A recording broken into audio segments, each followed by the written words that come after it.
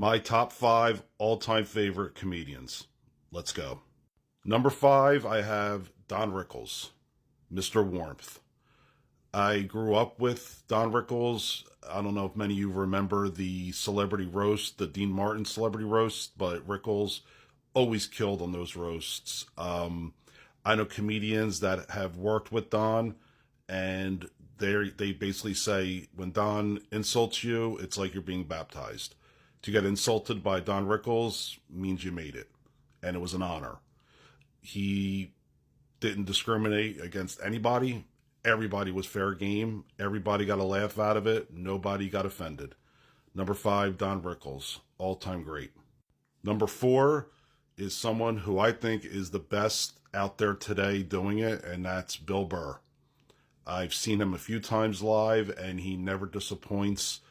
Some of his best material is him being on talk shows and interviews, not even on stage. Just his thoughts about everyday life, just his anger about things that just get him insane is what makes his comedy so relatable, so funny, so real, and so original, which is a big thing with me, originality. And Bill has it.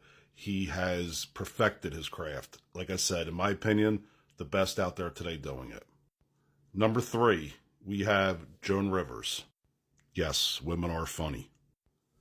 I've listened to Joan since I was a kid as well. In fact, the first time I ever did stand-up, I was 10 years old at a dinner for my great-grandfather. And there was a live band playing, and they took a break, so there was a live mic with nobody occupying it.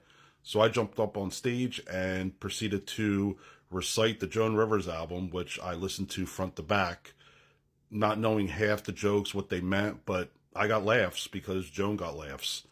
And that's when I got my first taste of stand-up comedy, and I knew from that point that I wanted to make people laugh.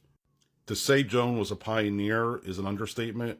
She broke barriers and walls for women in comedy, not to mention the legacy she left later on in life with her celebrity interviews on the red carpet, and just she performed right until the end. She never failed to make me laugh. She is an all-time great, and I miss her. Number 2, Eddie Murphy. I saw Delirious when I was around 10, and I had to sneak it like a lot of people I think did at my age. But after seeing Delirious, I was just completely hooked on him. Then seeing his movies, his other stand-up specials, he didn't do that many. He had Eddie Murphy Comedian, Eddie Murphy Delirious, and Eddie Murphy Raw. But those 3, I argue, are the most quoted stand-ups still today. You could quote a line from Raw, and most of the time people will know what you're talking about and can probably finish the line for you. An all-time great. I wish he would do stand-up again. The best. One of the best to ever do it.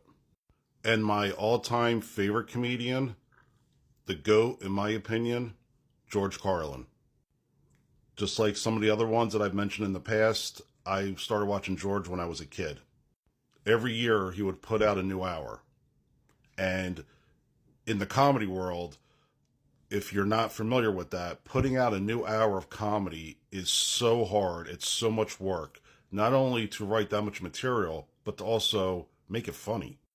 And George delivered on that every year. Not only was it funny, it was insightful. And the fact that you still see a lot of his videos today, after he's been gone for all these years, and they're still relevant to what we're dealing with today in this world. And just like Don and Joan and all the ones before him, he didn't discriminate. He hit everybody. The man never failed to make me laugh by also making me think, which to me is the ultimate comedian. One that could make you laugh, and as you're laughing, you're going, wait a minute. So again, that's my all-time favorite comedian, Mr. George Carlin.